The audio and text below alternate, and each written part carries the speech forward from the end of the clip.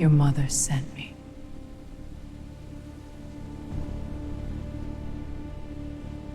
He'd buried his mother with his own hands 17 years ago. Coffin, ashes, grief, all of it. So when the woman kneeling in front of his gun smiled like she knew a secret, the real horror wasn't her confidence. It was that she was right. If you think a man deserves the truth about his own mother, even when liars in expensive suits buried it under white lilies for 17 years, hit like and subscribe right now. Only the Yuntais of the world, the ones who profit from secrets, would scroll past this without hitting that button. Don't be a Yuntai. Rain and Soul doesn't fall so much as it insists. It hammered the tin roofs of Itaewon's back alleys, ran black with soot down the sides of Kang Min-jae's compound, and pulled at the boots of a woman who had absolutely no business being there. Adais had broken into worse places for less money. A senator's panic room in Lagos, a diamond dealer's yacht off Marseille. But nothing had made the hair on her arms stand up like the silence inside this compound, the kind of silence that wasn't empty, but listening. She'd known, walking in, that she wouldn't be walking out the way she came. That was fine. She'd built a career on wrong exits. The guards found her 40 feet from the vault door, and to their credit, they did their jobs well. Guns up, radios crackling, the whole choreography of men who'd rehearsed this moment more than they'd rehearsed anything that mattered to them personally. She didn't run. Running is for people who think they still control the story. Adais had stopped controlling this story 3 years ago, the moment she'd read the first page of a file marked only OK Son. They dragged her through service corridors that smelled like bleach and old cigarettes, down a stairwell that existed on no floor plan she'd been able to buy, bribe, or steal, which told her everything she needed to know about how seriously this family took its secrets, and finally into a chamber built for exactly one purpose. The lights were surgical. The floor had a drain in the center, and nobody in the room was pretending it was for rainwater. Kang Min-jae stood in the middle of it like a man born knowing how to fill a room. Tall, still, dressed like he had somewhere more important to be after this. Which, to be fair, he usually did. Rumor said he hadn't raised his voice in 6 years. He didn't need to. He raised guns instead. He raised one now. Tell me one reason, he said. Each word measured out like currency. Why I shouldn't pull this trigger. Behind him, a dozen men stood in a loose crescent, and every single one of them wore the same expression, the specific boredom of people who had watched this exact scene conclude the exact same way, more times than they could count. Betrayal walks in. Betrayal doesn't walk out. It was practically a company motto. ADAs looked at the gun, then passed it, at him.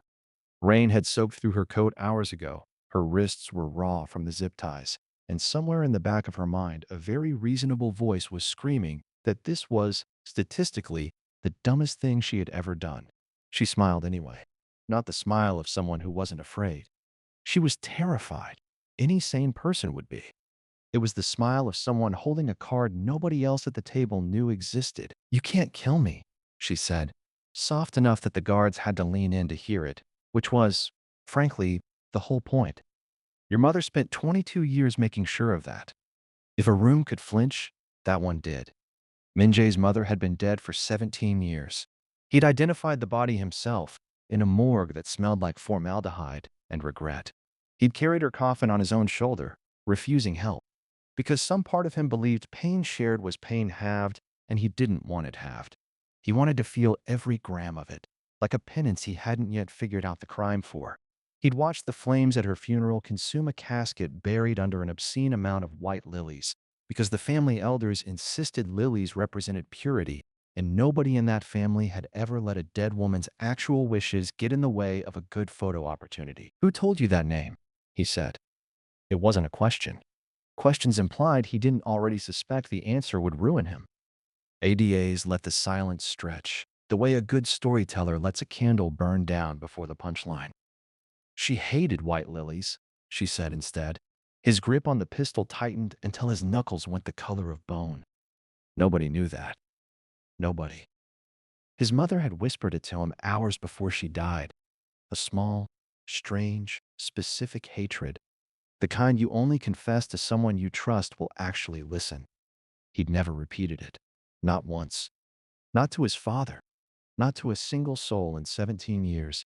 because grief that specific felt too much like the last real thing he owned.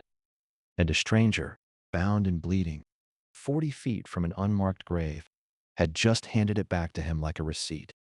"Who are you?" he said again, and this time his voice cracked, just slightly, just enough that 3 of his own guards heard a boss sound human for the first time in their careers and immediately regretted having ears. Adai's reached into her collar with 2 fingers still cuffed together and let an old brass key fall from her palm to the concrete floor. It rang out once, sharp and clean, in a room built for silence.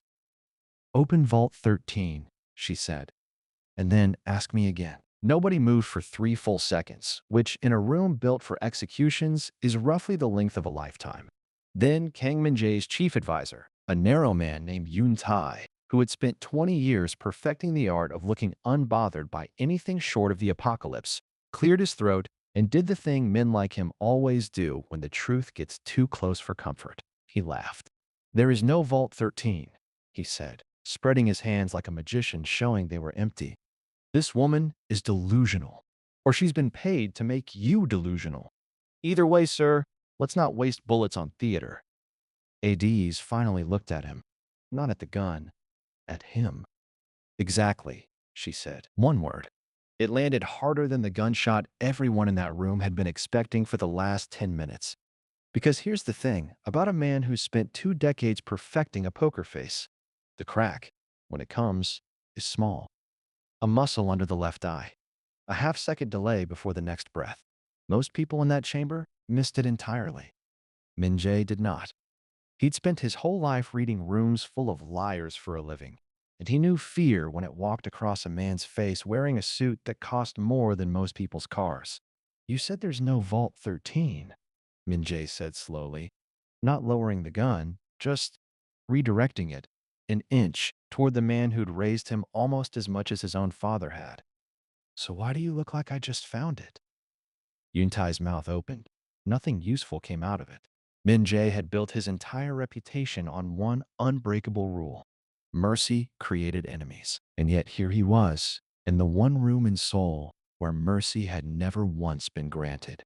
And he found himself doing something he hadn't done since he was 23 years old, standing over his mother's coffin, refusing to let anyone else carry the weight.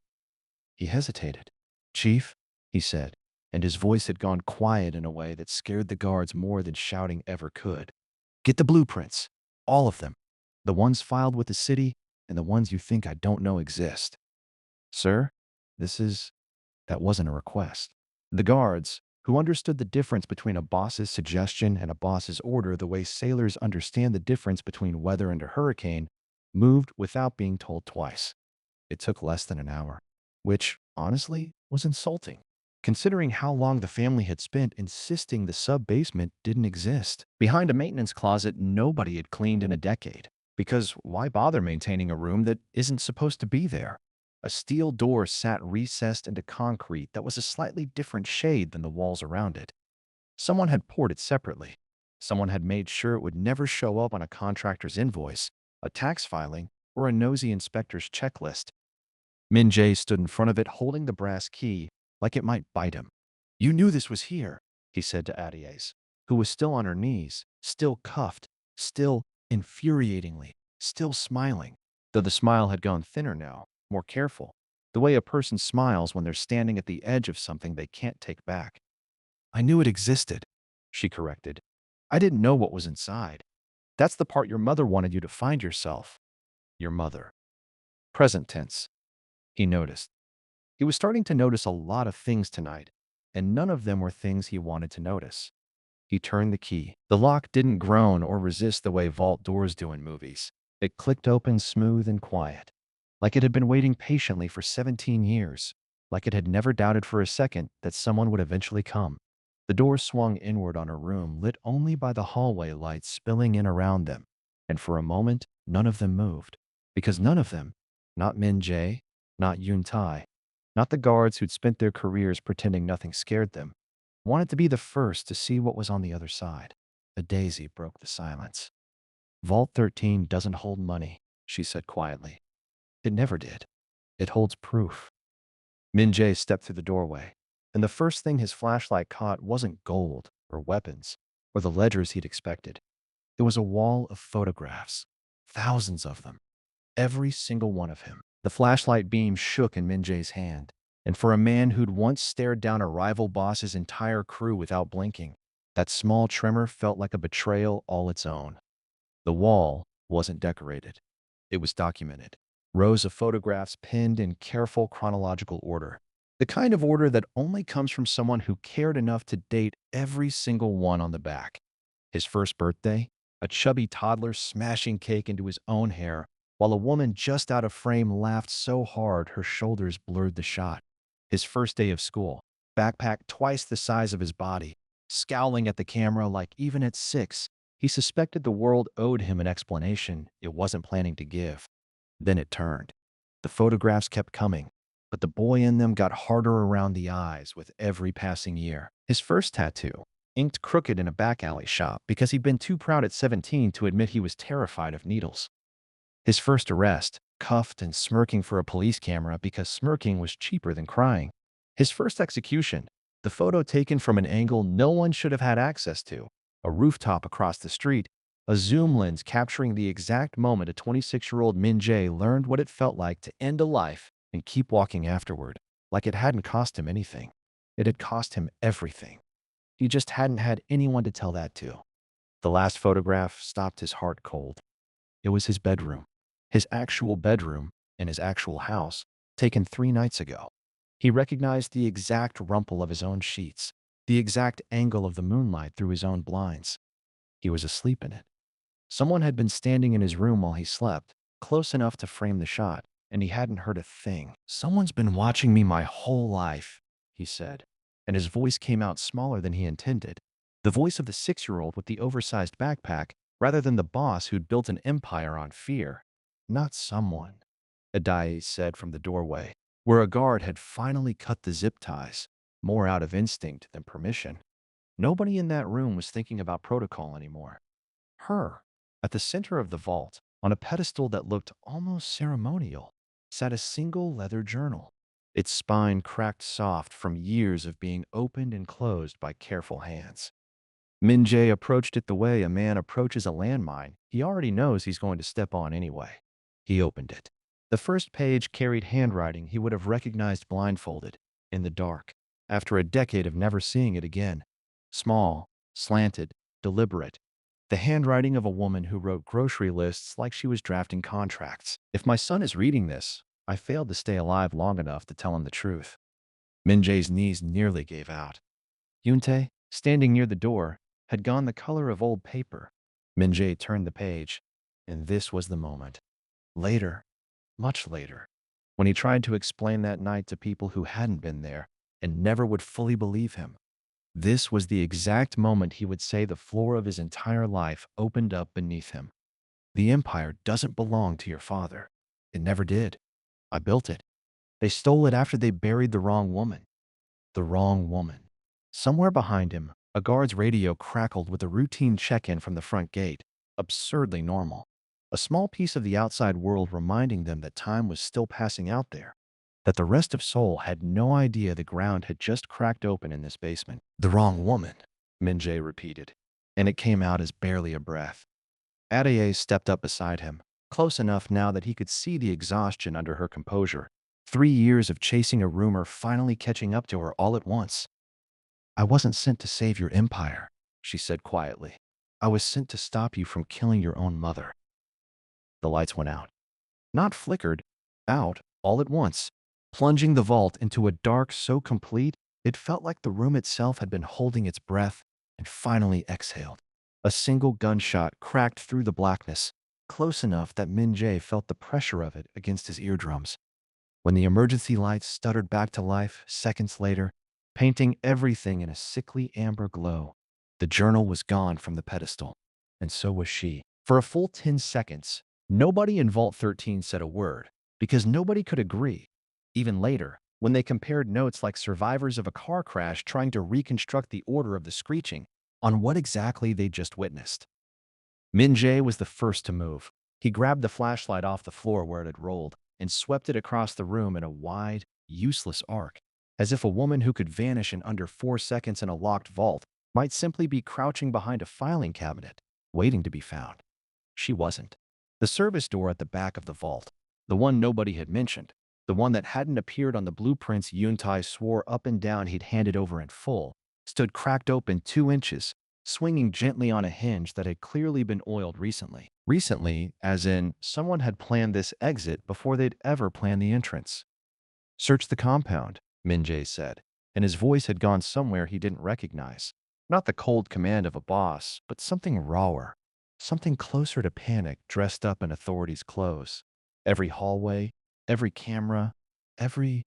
"Sir." One of the guards, young enough that his hands were still shaking from the gunshot, stepped forward holding his radio like it might explode. "The gunshot. We found where it came from." He pointed the flashlight at the far wall, where a single bullet hole sat lodged in the steel doorframe at almost exactly the height a person's head would occupy if that person had been standing directly in front of it, which meant someone had fired a warning shot inches from Adaisy's skull in pitch darkness. A shot meant either to kill her before she could finish what she came to do, or to terrify her into running exactly the way she just had. Min-jae's stomach turned, because there were only two kinds of people who'd shoot at a stranger in his own vault without his order. Someone protecting a secret he didn't yet understand, or someone protecting him from a truth they decided he wasn't ready to survive. He turned to Yuntae. The chief advisor had gone very, very still.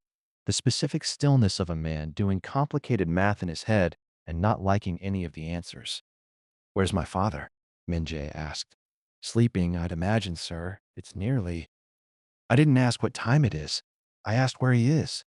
Yuntai's jaw worked. 20 years of loyalty, real or performed, sat behind his eyes doing battle with something else. Fear, maybe, or the particular exhaustion of a man who'd been keeping a secret so long he'd half forgotten it was one. "He's not at the estate," Yuntai finally admitted. "He left for the harbor house 4 hours ago, before you ever brought her in." Before. Min-jae's blood went cold in a way the rain outside hadn't managed all night. His father had left the property before the woman claiming to know his mother's secrets had even been captured, which meant either an extraordinary coincidence, and Min-jae had stopped believing in those the day he buried a woman who apparently hadn't been his mother, or his father had known she was coming. Known and run. "Get the car," Min-jae said. "Sir, it's the middle of the..." "Get the car." He looked down at the journal's pedestal one more time. Empty now. Dust outlined where the leather cover had sat undisturbed for who knew how many years before tonight, cracked the whole thing open. 2 pages. He'd only read 2 pages, and already the ground beneath 30 years of his life had turned to something closer to smoke than stone. "The empire doesn't belong to your father. It never did. I built it. They buried the wrong woman." He thought about the coffin he'd carried on his own shoulder, insisting on carrying the full weight himself because he believed pain shared was pain wasted. He thought about 17 years of birthdays spent visiting a grave that, if the journal was telling the truth, held someone else's mother, someone else's daughter, someone else's grief, stolen and repurposed to keep his own quiet. Somebody had let him mourn the wrong woman for 17 years. And somebody, his own father possibly, standing at the very center of that lie, had known it the entire time and said nothing. Not once. Not even when Min-jae had wept openly at a funeral surrounded by flowers his real mother despised. If mercy created enemies, as he'd believed his whole adult life, then what did 17 years of silence create? He didn't have a word for it yet, but he was about to find one at a harbor house before sunrise, whether his father liked it or not. The harbor house sat at the end of a private road that didn't officially exist on any map the city kept, which Min-jae was starting to realize was simply how his family did architecture. If a room mattered, it disappeared from the paperwork. If a lie mattered enough, apparently, so did a person. The drive took 11 minutes. It felt like 11 years. Rain hammered the windshield the entire way, and beside him in the back seat, Yoon-tae sat with his hands folded in his lap like a man attending his own sentencing, which, depending on how the next hour went, he very well might be. "You've known," Min-jae said. It wasn't a question anymore. He'd stopped asking questions somewhere around the second page of that journal. "How long?" Yoon-tae didn't answer immediately, and in the silence, Min-jae understood something he probably should have understood years earlier. That the men who raise you in an empire like this one are never quite family and never quite strangers, just employees of your childhood, paid in loyalty instead of currency. And loyalty, it turns out, has a shelf life same as anything else. Since the fire, Yuntai finally said, I helped arrange the body. The car went silent, except for the wipers, dragging uselessly against a rain that refused to let up. The way certain truths refuse to let up once they've started falling. Whose body? Min-jae asked, and his own voice sounded like it belonged to someone standing very far away from him. A woman from the north.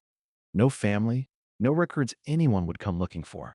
Your father found her through people who specialize in finding people nobody will look for. Yuntai's voice had the flat, careful cadence of a man reciting something he'd rehearsed in his head 1,000 times, hoping he'd never have to say it out loud.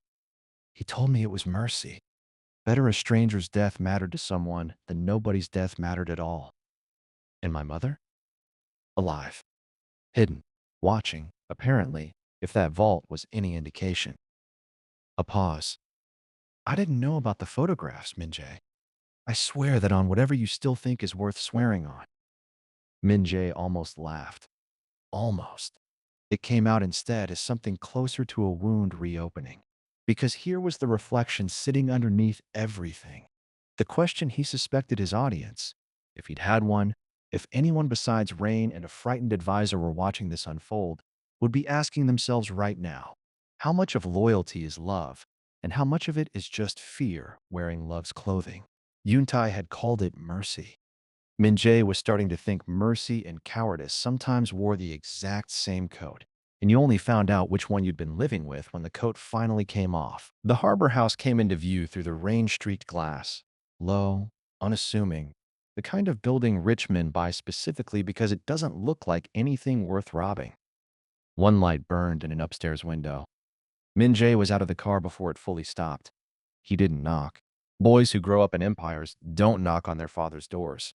It isn't a habit anyone ever teaches them, and by the time they're grown, it's too late to start being polite about entering a room that fear had always let them enter freely. Kang Do-hyun stood at the window when his son burst in, a glass of something amber and expensive untouched in his hand, and this was the detail that would stay with Min-jae longest, longer even than the journal, longer than the photographs. He didn't look surprised. He looked relieved. The specific relief of a man who has been waiting 17 years for a debt he always knew was coming due. You found Vault 13, Do-hyun said. Not a question either. Nobody in this family apparently had ever needed to ask a question they already dreaded the answer to. You buried the wrong woman, Min-jae said. You let me carry a stranger's coffin. You let me weep over a grave that wasn't hers while my actual mother watched me do it from somewhere I still don't understand. Do-hyun set the glass down with the careful precision of a man trying not to let his hand shake in front of his son for the first time in either of their lives. I didn't let you do anything, he said quietly. Your mother built an empire I couldn't have built in 3 lifetimes, and when men came to take it from her, I made a choice. I chose to let the world believe she was gone, so that the ones hunting her would stop looking. I chose your safety over your grief. I would make that choice again tonight, Min-jae, and I would hate myself for it exactly as much. Outside, headlights swept across the window. A second car, arriving uninvited, cutting its engine at the base of the drive. Min-jae turned toward the sound with his heart in his throat, already knowing somehow, before he even reached the door, exactly who'd just found her way home. The rain had thinned to a mist by the time the second car's door opened, as if even the weather understood it was witnessing something that deserved a gentler soundtrack than the storm that had carried the whole night so far. Min-jae reached the front door first, Yuntai a half step behind him. Do-hyun trailing with the slow, careful walk of a man who'd spent 17 years rehearsing this exact moment and still hadn't figured out what to do with his hands. A figure stepped out of the mist, small against the headlights, moving with a caution that looked less like fear and more like disbelief. The walk of someone who had imagined this reunion so many times in her head that the real thing felt almost unfamiliar. Ok-sun looked older than the photographs in Vault 13. Of course she did. Photographs stop aging the moment they're taken, and grief doesn't grant the same mercy to the people left doing the aging in real time. Her hair had gone fully silver. Her hands, When she raised them toward her son, trembled the exact way his head trembled holding that flashlight in the vault. And it occurred to Min-jae, with the strange clarity that only arrives after a night that's already broken every rule of what's possible, that he had inherited that tremor from her without ever knowing it was hers to give. "You have her jaw," Do-hyun said quietly, from somewhere behind him, and it was such a small human thing to say after 17 years of silence that Min-jae almost laughed and almost wept at the exact same time, and, in the end, did neither, because his whole body had gone still in the specific way bodies go still right before something in them finally breaks open. "I watched you bury me," Okay Sun said. Her voice was steadier than her hands, which told Min-jae everything about which parts of her had survived intact these 17 years and which parts had been rebuilt, patiently, from nothing. "I stood at the edge of that cemetery in a coat that wasn't mine, and a crowd that didn't know my face, and I watched my son carry a stranger's coffin because I loved him too much to let him carry the truth instead." "You could have told me," Min-jae said, and it came out smaller than he meant it to. The voice of the boy with the oversized backpack finally getting a word in after 30 years of being drowned out by the boss he'd become. "They would have killed you to get to me," she said. "Grief was the only thing I could give you that nobody could take back." Behind them, Ade stepped out of the shadows near the tree line. She'd been there the whole time, Min-jae realized, close enough to watch, far enough to let the reunion belong to the people who'd earned it, rather than the stranger who'd engineered it. The journal was tucked under her arm, safe, whole, no longer a secret so much as an inheritance waiting to be claimed.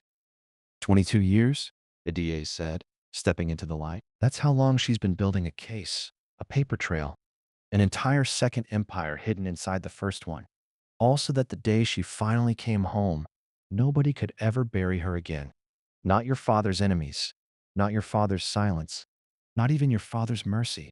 Min-jae looked at his mother. Really looked. The way he hadn't let himself look at anyone since the day he learned that looking too closely at things usually meant losing them, and felt something in his chest unclenched that had been clenched for so long he'd forgotten it was a muscle at all, not a permanent feature of who he was. "The ledger," he said finally, "because some habits die harder than others, and a boy raised to balance every debt doesn't stop being that boy just because the debt turns out to be love instead of blood." "What do I owe you?" Okay Sun smiled. The first real smile Min-jae had seen since this entire impossible night began, and it looked, unmistakably, like the smile Adaes had worn kneeling in front of a gun hours earlier. He understood, in that instant, exactly where the locksmith had learned to smile like she already knew how the story ended. "Nothing," his mother said, reaching up to finally touch his face, 17 years of distance closing in a single trembling hand. "You already paid it. You just didn't know what currency I was collecting." Somewhere behind them, sirens began threading faintly through the mist. Do-hyun's enemies, or Oko-sun's, or possibly enemies that had simply been waiting 17 years for exactly this kind of night to finally announce themselves. The empire wasn't safe yet, but for the first time since he was 23 years old, Kang Min-jae wasn't standing in a room alone.